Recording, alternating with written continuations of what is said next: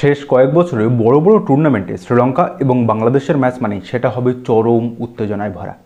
চলতি 2025 এশিয়া কাপের গ্রুপ 4-এর প্রথম ম্যাচেও প্রতিপক্ষ ছিল এই দুটি দেশ, আর এবারেও কিন্তু সেই নিয়মের উন্নত হলো না।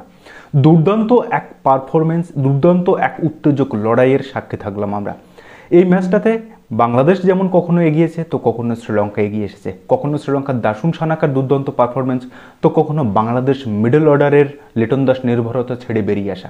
আর এই ম্যাচটা দেখার পরে আমার একটা জিনিস বারবার মনে হচ্ছে যে এই ম্যাচটা বাংলাদেশ সম্ভবত চলতি এশিয়া কাপের সব থেকে সেরা ম্যাচ খেলেছে, যেখানে প্রথম ইনিংসে যদি দেখা যায় তবে বাংলাদেশের মুস্তাফিজুর এবং মেহেদী হাসানের দুরন্ত ক্লিনিক্যাল পারফরমেন্স ছিল, যেখানে শ্রীলঙ্কাকে একেবারে পুরো চেপে ধরে রেখেছিল।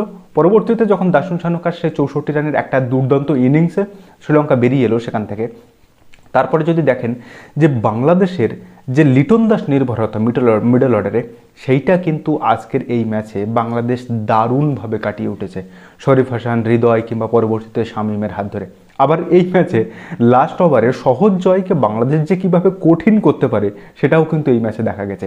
তো গোটা ম্যাচটা আমার কিন্তু বেশ উপভোগ্য মনে হয়েছে। সুপার 4-এর এই প্রথম ম্যাচটা দেখার পরে আমাকে যদি ছোট্ট করে বা একটা দুটো সেন্টেন্স বলতে বলেন তবে এই ম্যাচটা ছিল কিছুটা এরকম যে বাংলাদেশের লিটন দাস নির্ভরতা ছেড়ে মিডল অর্ডারের বেরিয়ে আসা, অন্যদিকে শ্রীলঙ্কার সিক্সথ বোলারের যে অভাবটা তারা আজকের ম্যাচে পাথিরানা না থাকায় তারা যেভাবে ফেস করলো, সেখানে বাংলাদেশের তৌহিদ হৃদয় যেভাবে অ্যাটাকটা করলো, যেভাবে গিয়ার শিফট করলো, সেখানেই কিন্তু বাংলাদেশ ম্যাচটা জিতে গেছে।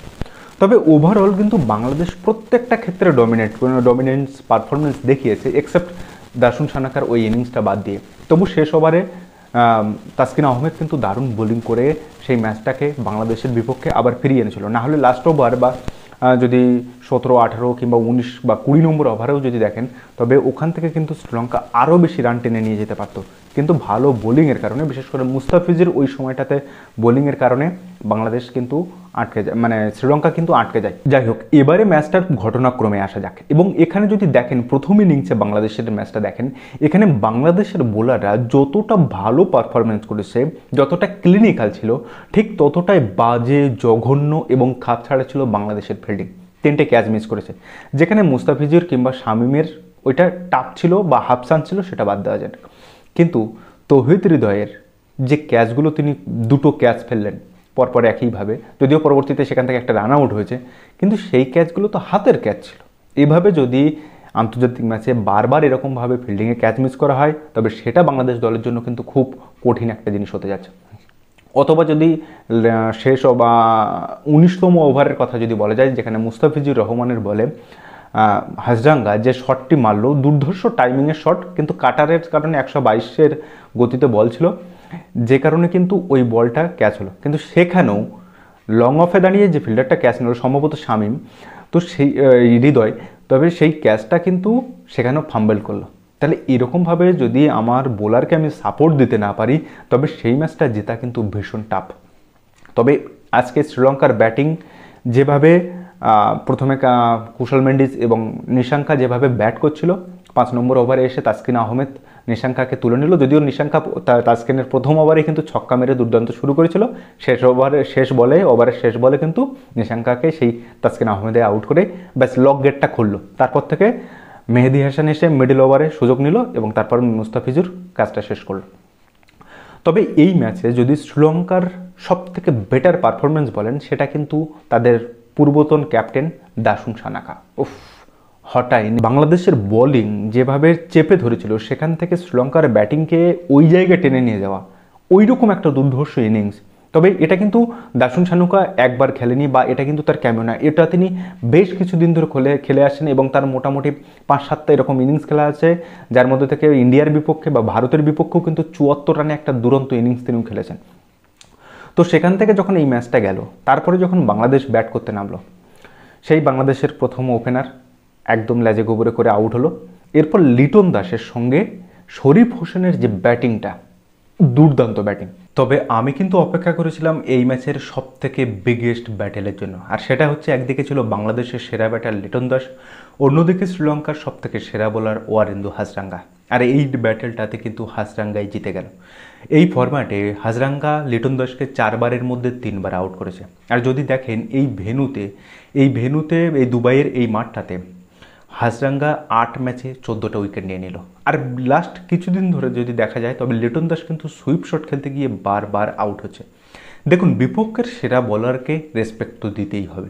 আর যে কাজটা করে গেল শরীফ হোসেন এবং পরবর্তীতে তৌহিদ হৃদয়, তারা কিন্তু হাজরাঙ্গাকে যথেষ্ট রেসপেক্ট দিল, কিন্তু অ্যাটাক করলো দুনিত ওয়ালালাগাকে কিংবা পরবর্তীতে কামেন্দু মেন্ডিসকে, যার ওভার থেকে 6th বোলার, যে অপশানটা শ্রীলঙ্কার কাছে সবথেকে খারাপ অপশান ছিল, সেখানে কিন্তু 16 রান নিয়ে নিল।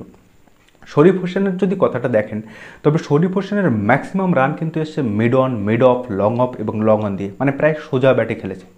কিন্তু যখন তৌহিদ হৃদয় অ্যাটাক করতে শুরু করলো, ঠিক তখনই লোভে পড়ে ওয়ারেন্দু হাজরাঙ্গাকে শরীফ হোসেন মারতে গেল এবং একটা লোপ্পা ক্যাচ দিয়ে 61 রান করে বেরিয়ে এলো। না হলে কিন্তু শরীফ হোসেনের এই ম্যাচটাতে ফিনিশ করে মাঠ ছাড়ার কথা। এবার আসে তৌহিদ হৃদয়ের কথায়। তৌহিদ হৃদয় যে ইনিংসটা খেলো, প্রথম দিকে অ্যাঙ্কারিং ইনিংস খেলো লিটন দাস আউট হওয়ার পর শরীফ হোসেনের সঙ্গে, যেখানে তার স্ট্রাইক রেট 100, 110, 20-র আশেপাশে ঘুরছিল।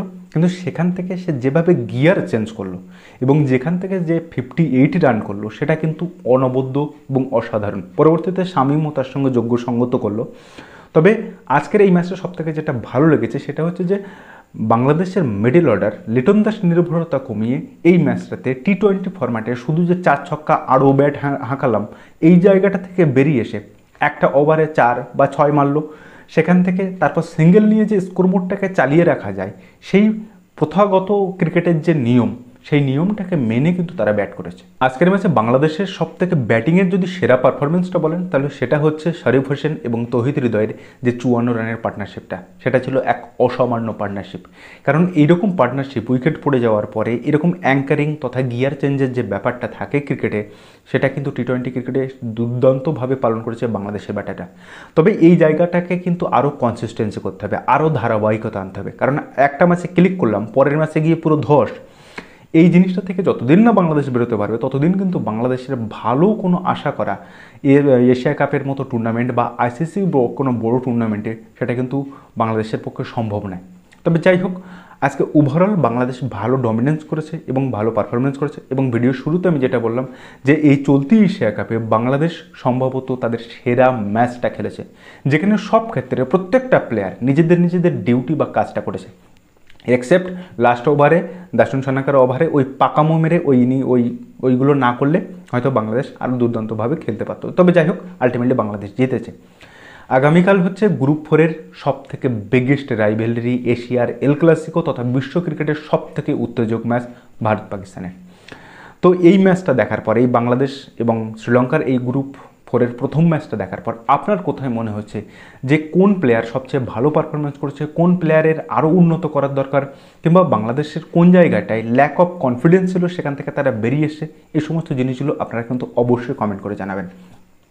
তো যাই হোক, আজকের এই ভিডিওটা এখানেই শেষ করছি। ভিডিওটা যদি ভালো লাগে তাহলে অবশ্যই আপনার বন্ধুবান্ধব ও চেনা জানা মানুষের মধ্যে শেয়ার করে তাদেরকেও দেখার সুযোগ করে দেবেন। দেখা হচ্ছে পরের ভিডিওতে, ততদিন ভালো থাকবেন, সুস্থ থাকবেন, আর অবশ্যই নিজের খেয়াল রাখবেন। আর হ্যাঁ, আমাদের চ্যানেলটা সাবস্ক্রাইব করতে যেন ভুল করবেন না, আর হাইপ বাটনটা অবশ্যই প্রেস করবেন। ধন্যবাদ।